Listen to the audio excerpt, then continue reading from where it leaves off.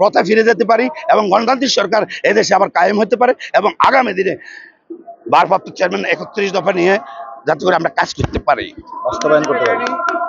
সামনে বলা চলে সবাই যেটা জানে বা বলে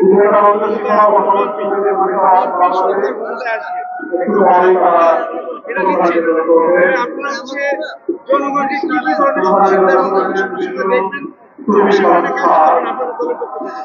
দেখুন আমাদের যিনি এই দলের আপনার আপনার এই দলের প্রতিষ্ঠাতা, উনি একজন দেশপ্রেমিক ছিলেন, উনি স্বাধীনতা ঘোষক ছিলেন।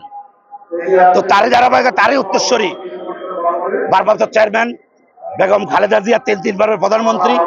আপনারা জানেন, আপনারা আগামী দিনে কি পাবেন সেটা আপনারাই বুঝতে পারতেছেন। বেগম খালেদা এত নির্যাতিত, তারেক রহমান ভারপ্রাপ্ত চেয়ারম্যান এত নির্যাতিত হওয়ার পরও আজ পর্যন্ত মিডিয়ার মাধ্যমে বেগম খালেদা জিয়া যখন মুক্তি পেয়ে লন্ডনে চিকিৎসার জন্য যায়, সেখানেও ব্যঙ্গ করে শেখ হাসিনাকে একটা কথাও বলে নাই।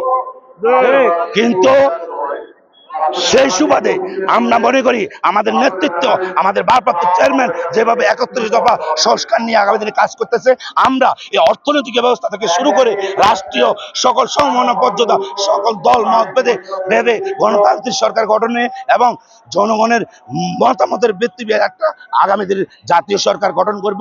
এবং ভারপ্রাপ্ত চেয়ারম্যানের এই নির্দেশ অনুযায়ী আমরা 31 দফা হাতে নিয়ে আমরা কাজ করতেছি এবং জনগণের যেখানে জানমালের নিরাপত্তা থাকে, যে এই নিরাপত্তা নিয়েই আমরা আগামী দিনে আমরা কাজ করে যাবো ইনশাল্লাহ।